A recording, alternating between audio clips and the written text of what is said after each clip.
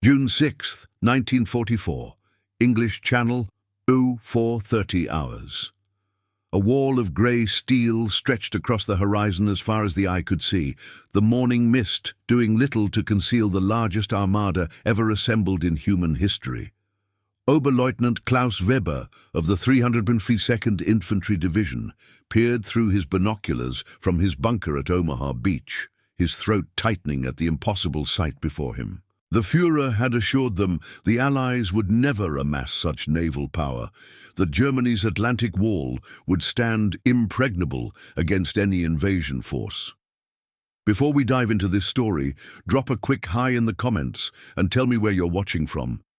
It really helps support the channel. This is the untold story of how the sheer industrial might of America's shipbuilding miracle broke not just German coastal defenses, but shattered the psychological foundation of the entire Axis war machine, transforming confidence into despair as the realization of inevitable defeat washed over them like the countless landing craft approaching their shores. The day before the invasion, Korvettenkapitän Heinrich Hoffmann stood at the plotting table inside the submarine pen at Saint-Nazaire. His U-boat, U-821, had just limped back to port after a disastrous patrol in which 3 of his Wolfpack companions had been sunk by Allied destroyers. Allied air superiority had made the Atlantic a killing zone for German submarines, with losses mounting to unsustainable levels. In 1942, the Germans had sunk 2 million tons of Allied shipping with the loss of only 86 U-boats. By 1944, they had lost 241 submarines while sinking merely 5 million tons of Allied vessels. The Americans cannot possibly replace their losses, Hoffmann insisted to his executive officer, Oberleutnant zur See Werner Brauer, repeating the propaganda line they had both been fed for months. Their shipyards are inefficient, filled with immigrants and women who can barely operate machinery.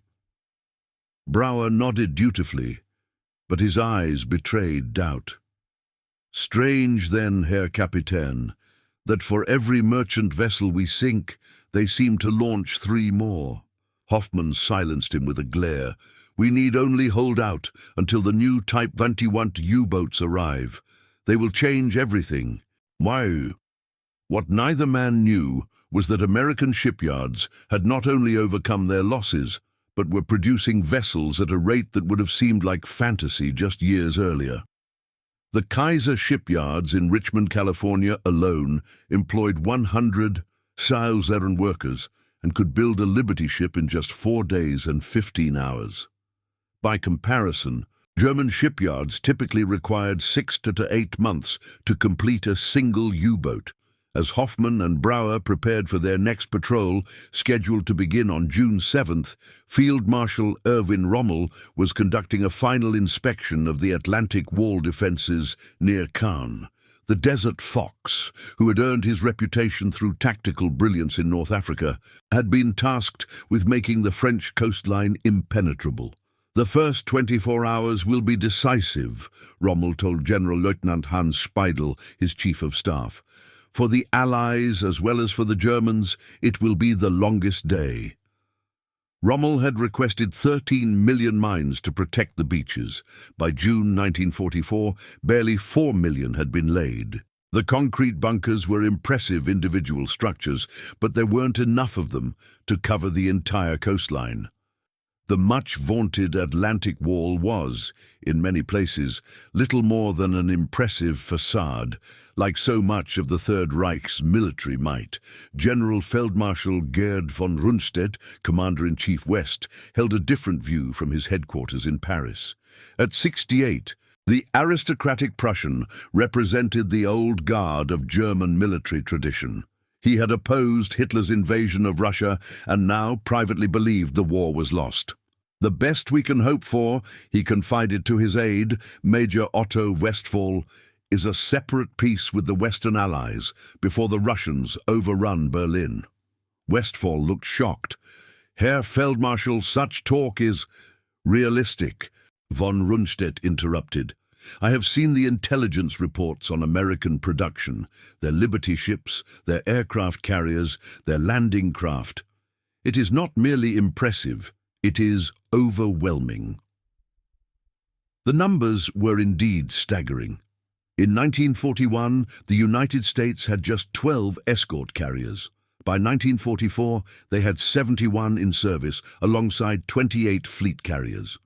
American shipyards produced 710 Liberty ships between 1941 and 1945, each capable of carrying 800 tons of cargo, tanks, trucks, ammunition and food, to the European theater. That same evening, Lieutenant Raymond Collins of the USS Texas supervised the loading of shells for the battleship's massive 14-inch guns. The Texas, commissioned in 1914, was one of the oldest battleships in the U.S. Navy, but her firepower remained devastating.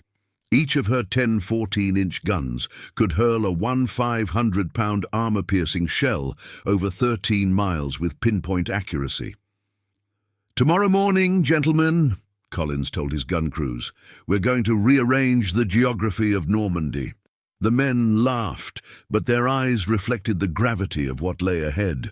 Many had seen the detailed models of the Normandy beaches, the result of months of Allied intelligence gathering. Thousands of reconnaissance flights had photographed every inch of the coastline. British commandos had even conducted covert beach surveys, taking sand samples to determine if the beaches could support the weight of tanks and other heavy equipment. Among those preparing for the invasion was gunner's mate second class James Thornton, a 19-year-old from Nebraska who had never seen the ocean before enlisting. Thornton was assigned to LCT 539, one of 4 126 landing craft that would participate in the initial assault. "You think the Germans know we're coming?" asked Seaman Walter Martinez, who shared Thornton's quarters. "They know something's coming," Thornton replied, cleaning his sidearm, "but they don't know what we're bringing." What the Allies were bringing was the largest amphibious invasion force in history: 156, 115 men, 11, 590 aircraft, and 6 939 vessels of all types. The number included 213 warships, 4 126 landing craft, 736 ancillary craft, and 864 merchant vessels. The sheer scale of the operation was beyond anything military planners had ever attempted. Meanwhile, in Berlin, Admiral Karl Dönitz, commander of the Kriegsmarine, received the latest reports on Allied shipping movements.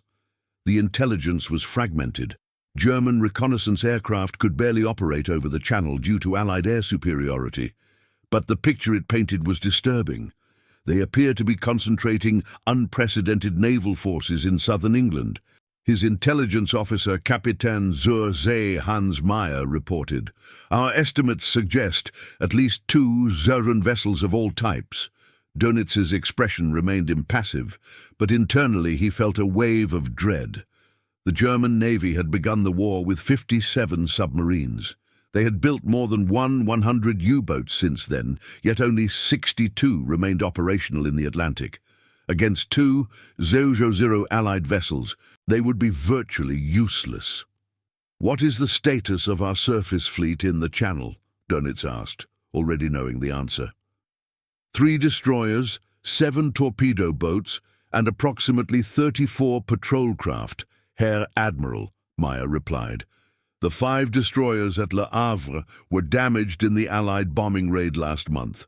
The numbers were absurd, almost comical in their disparity. The Royal Navy alone would commit 5 battleships, 2 monitors, 23 cruisers, and 104 destroyers to the invasion. The Americans would add 3 battleships, including the USS Texas, 2 cruisers, and dozens of destroyers. "The invasion will come soon," Dönitz said finally. "When it does, our naval forces will fight with honor, but we must be realistic about what they can achieve." As dawn broke on June 6th, Oberleutnant Klaus Weber was not the only German soldier stunned by what he saw. All along the Normandy coast, from Utah Beach in the west to Sword Beach in the east, German defenders gazed out at an armada that stretched to the horizon. Feldwebel Otto Günther of the 716th Static Infantry Division manned an observation post overlooking Juno Beach. At 05:15 hours, he placed an urgent call to his battalion headquarters. "Ships!" he reported, his voice tight. "Hundreds upon hundreds of ships." "Be specific, Feldwebel," came the annoyed reply. "What types of ships?" "All types," Günther said. "Battleships, cruisers, destroyers, and landing craft. More landing craft than I can count. They're stretching from one horizon to the other." In the command bunker at Pointe du Hoc, situated between Utah and Omaha beaches, Hauptmann Ludwig Reichert of the 352nd Infantry Division received similar reports from all observation posts under his command. "This cannot be real," he muttered, spreading out naval identification charts. "They cannot possibly have assembled such a fleet without our knowledge." But the evidence was undeniable. The Allied deception plan, Operation Fortitude, had successfully convinced German High Command that the main invasion would come at Pas-de-Calais, not Normandy. The largest armada in history had assembled right under their noses. At 05:50 hours, the naval bombardment began. The USS Texas, positioned 7 miles offshore, opened fire with her main batteries. Each 14-inch shell that left her guns represented 500 pounds of high explosive destructive power, delivered with remarkable accuracy thanks to fire control computers that automatically adjusted for the ship's movement, wind conditions, and even the rotation of the Earth. Aboard the Texas, Lieutenant Raymond Collins watched as the massive guns elevated, their barrels trained on pre-selected targets, hundreds of mapped German bunkers and artillery positions. "Fire!" he ordered. The ship shuddered as 10 14-inch guns discharged simultaneously, the concussion so powerful it could rupture the eardrums of anyone standing too close without protection. The shells arced high into the sky, taking nearly 30 seconds to reach their targets more than 13 miles away. Through his binoculars, Collins could see the distant flashes as the shells found their marks, obliterating concrete bunkers that the Germans had spent years constructing. In the course of D-Day, the Texas would fire 255 14-inch shells, along with 582 rounds from her secondary 5-inch batteries. She was just one of 600 warships conducting the bombardment. The British battleship HMS Warspite and the American battleships USS Arkansas and USS Nevada added their firepower. In total, Allied naval guns would fire over 20 tons of high explosives onto the Normandy beaches and inland targets in the opening hours of the invasion. In his bunker at Omaha Beach, Oberleutnant Klaus Weber felt the concrete structure shake as shells impacted nearby positions. His communications officer tried repeatedly to contact division headquarters, but the lines had been cut by the bombardment. "They're targeting our communications," Weber realized. "They know exactly where everything is." The precision of the Allied bombardment was no accident. For months, intelligence officers had meticulously mapped every German position along the coast, using aerial photographs, French resistance reports, and intercepted communications. The resulting fire plan assigned specific targets to each ship, ensuring maximum disruption of German defenses. As the naval bombardment continued, the first wave of landing craft approached the beaches. At Omaha Beach, 34 Higgins boats, each carrying 36 men of the U.S. 1st Infantry Division, the Big Red One, lowered their ramps into the surf. Among them was Staff Sergeant Frank Montello, a 24-year-old from Brooklyn who had already fought in North Africa and Sicily. As his landing craft approached the beach, Montello marveled at the sea of ships behind them. "Look at that, boys," he shouted over the din of battle. "That's America right there. Every factory, every shipyard, every man and woman back home who's been working around the clock. That's what we brought to this fight." The men nodded grimly, drawing strength from the sight. They had all heard stories about the home front, about production miracles like the Kaiser shipyards and the Willow Run bomber plant, where a complete B-24 Liberator rolled off the assembly line every 63 minutes. The industrial might behind the invasion was the result of what President Roosevelt had called the arsenal of democracy. In 1940, the United States had the 18th largest army in the world, ranking behind Romania. By 1944, it was producing more war materiel than all the Axis powers combined. In Berlin, as reports of the invasion filtered in, Albert Speer, Reich Minister of Armaments and War Production, met with Adolf Hitler to discuss the implications. Speer, an architect by training, had performed production miracles of his own, increasing German war production despite increasingly heavy Allied bombing. Mein Führer, Speer began carefully. The reports from Normandy suggest the Allies have committed virtually their entire naval strength to this invasion. Hitler dismissed the concern with a wave of his hand. It is not the real invasion. It is a feint designed to draw our reserves away from Calais, where the main attack will come. Speer hesitated, then continued, even if that were so, the resources they've committed are extraordinary. Our intelligence suggests they have nearly 7 Jerusalem vessels involved.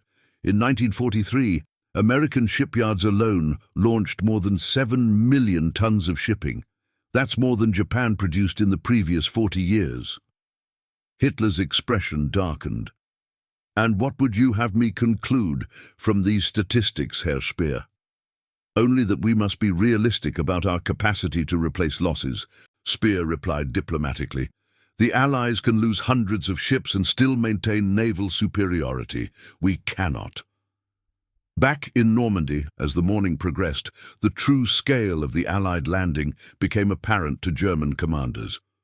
What they had first hoped was a raid or a diversion was clearly the main invasion, and it was succeeding despite fierce resistance, particularly at Omaha Beach. By noon, reports reaching the German 7th Army headquarters indicated Allied forces had established beachheads at Utah, Gold, Juno, and Sword Beaches. Only at Omaha were the Germans successfully containing the landing, and even there, American forces were gradually pushing inland. General Feldmarschall Erwin Rommel, who had been in Germany for his wife's birthday, rushed back to Normandy upon hearing news of the invasion. As his staff car sped toward the front, he received continuous updates on the deteriorating situation. "They're bringing in more ships by the hour," reported his aide, Major Hans Reimann. "Our coastal batteries are being systematically destroyed by naval gunfire. The troops report they've never seen such concentrated firepower." Rommel's face was grim. He had warned Hitler that the Atlantic Wall was insufficient, that the invasion must be defeated on the beaches or not at all. Now his worst fears were being realized. At the submarine pen in Saint-Nazaire, Korvettenkapitän Heinrich Hoffmann received urgent orders to sortie immediately with U-821 and attack Allied shipping off the Normandy coast. It was tantamount to a suicide mission. The channel was shallow, heavily patrolled, and offered almost no room for underwater maneuvering. "We sail in 1 hour," Hoffmann told his executive officer. Oberleutnant zur See Werner Brauer stared at him. "Herr Kapitän, the channel will be swarming with destroyers and aircraft. The chances of successfully attacking the invasion fleet are virtually zero." "Those are our orders," Hoffmann replied stiffly. U-821 was one of just 6 U-boats that attempted to attack the invasion fleet in the initial days of the operation. None succeeded. 2 were sunk by Allied aircraft before they even reached the channel.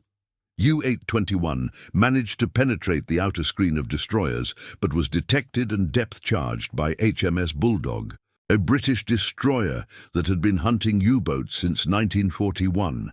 The depth charges shattered pipes and collapsed bulkheads throughout the submarine. Seawater poured in faster than the pumps could expel it. With the boat sinking and half his crew dead or wounded, Hoffmann gave the order to surface and abandon ship. As U-821 broke the surface, Hoffmann emerged onto the conning tower and found himself surrounded by Allied ships. In every direction, as far as he could see, were vessels of every description: destroyers, minesweepers, troop transports, landing craft, and in the distance, the massive silhouettes of battleships and cruisers. At that moment, looking out at the overwhelming evidence of Allied industrial supremacy, Korvettenkapitän Heinrich Hoffmann understood what many German leaders already suspected. The war was lost, not because German soldiers lacked courage or skill, but because they faced an opponent whose production capacity was beyond anything they could hope to match. HMS Bulldog took Hoffmann and the surviving crew of U-821 prisoner. As he was led below decks, a young British officer commented, "Cheer up, old chap. The war will be over soon." Hoffmann looked at him with hollow eyes. "For us, it already is." By nightfall on June 6th, despite fierce resistance, the Allies had landed 156 Zollzeren men on the Normandy beaches. In the following days, that number would swell dramatically as the massive invasion fleet continued to disgorge men and material onto the expanding beachhead. The numbers told the story of American industrial might. During the war, U.S. factories produced 296 400 aircraft, 102 500 armored vehicles, 372 000 artillery pieces, and 17 million rifles, carbines, and machine guns. American shipyards launched 141 aircraft carriers of all types, compared to Japan's 17. Most stunning was the shipbuilding miracle. The United States began the war with 7 million tons of merchant shipping. By the end, American yards had produced 51 million tons of new shipping, more than 5 times what German U-boats managed to sink during the entire war. 1 week after the invasion, General Feldmarschall Gerd von Rundstedt met with his staff to assess the situation. The Allies had firmly established their beachhead and were steadily expanding it despite German counterattacks. The critical factor, von Rundstedt told his officers, is not that they have landed, but that they can continuously reinforce their position faster than we can reinforce ours. Their complete command of the sea and air ensures this. Major Otto Westphal presented the latest intelligence. The Americans are now bringing in approximately 25 Zollzeren men per day, along with thousands of vehicles and tons of supplies. Our attempts to interdict this flow have been completely ineffective. Von Rundstedt nodded grimly. And our reinforcements? Fuel shortages and Allied air attacks have reduced our movement to a crawl, Westphal replied. Units that should arrive in days are taking weeks. Many never arrive at all. The contrast in logistics capabilities was stark. Allied ships delivered 107 Zollzeren tons of supplies to the Normandy beaches in the first 4 days alone. By the end of June, that number had reached 289, 827 tons. The Germans, meanwhile, struggling under constant air attack and severe fuel shortages, managed to move just 6 divisions to Normandy in the first week, far fewer than the 12 divisions Allied planners had anticipated. The industrial disparity that had produced thousands of Allied ships was now manifesting as an insurmountable advantage in the campaign itself. On July 1st, nearly a month after the invasion, General Feldmarschall Erwin Rommel and General Feldmarschall Gerd von Rundstedt were summoned to Berchtesgaden to meet with Hitler. The meeting did not go well. "What do they want me to do?" Hitler raged when Rommel suggested they consider a strategic withdrawal. "What are your proposals?" "Mein Führer," Rommel replied steadily. "Make peace, you fool. What else can you do?" The outburst cost Rommel his command, though his involvement in the July 20th plot to assassinate Hitler would soon cost him his life as well. Von Rundstedt, who had suggested similar measures, was also dismissed. As he departed his headquarters, he reportedly muttered to his staff, "Make peace, you fools." By the end of July, the Allies had landed over 2 million men in Normandy, along with 450 000 vehicles and 4 million tons of supplies. The invasion that many German leaders had considered impossible had succeeded beyond even Allied expectations. For Oberleutnant Klaus Weber, now a prisoner in a camp in England, the outcome had been inevitable from the moment he saw that wall of ships on the horizon. During his interrogation, he told his American captors, "We knew you were rich, but we never imagined you were that rich." The American intelligence officer smiled. "It wasn't just money, Lieutenant. It was organization, determination, and a complete national commitment to production. Every man, woman, and child in America contributed to building that fleet you saw." Weber nodded slowly. "In Germany, they told us America was soft, that its people were divided, and its industries inefficient. When I saw your ships covering the sea to the horizon, I knew everything they had told us was a lie." For Staff Sergeant Frank Montello, who survived the bloody landing at Omaha Beach and fought through the hedgerows of Normandy, the massive invasion fleet represented something more personal. After the war, in a letter to his brother, he wrote, "When we hit that beach, it felt like we were alone against the whole German army. Then I looked back at the sea and saw all those ships, thousands of them, stretching as far as I could see, and I realized we weren't alone at all. Every American was there with us. The shipyard workers in California, the factory girls in Michigan, the farmers growing food, the miners digging coal, the guys working overtime in steel mills.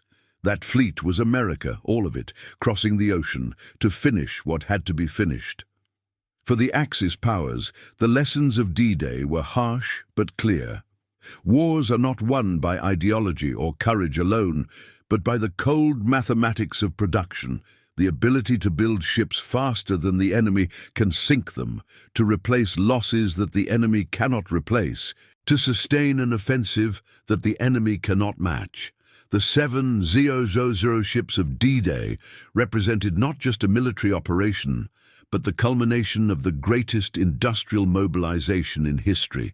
They were the physical manifestation of what President Roosevelt had promised when he called for the production of 50 aircraft per year, a goal that German military leaders had dismissed as impossible fantasizing. By 1944, American factories were producing 96 aircraft annually, along with a staggering array of ships, tanks, trucks, and weapons. The 7 ships that appeared off Normandy on June 6th were merely the delivery system for this torrent of American production that would ultimately overwhelm the Axis powers and end the war. As Korvettenkapitän Heinrich Hoffmann wrote in his post-war memoirs, "The moment I surfaced my damaged U-boat and saw the sea filled with Allied ships to every horizon, I understood that no amount of German efficiency or sacrifice could overcome such overwhelming material superiority. In that moment, looking at those thousands of ships, I saw the future, and it was not ours." And that concludes our story.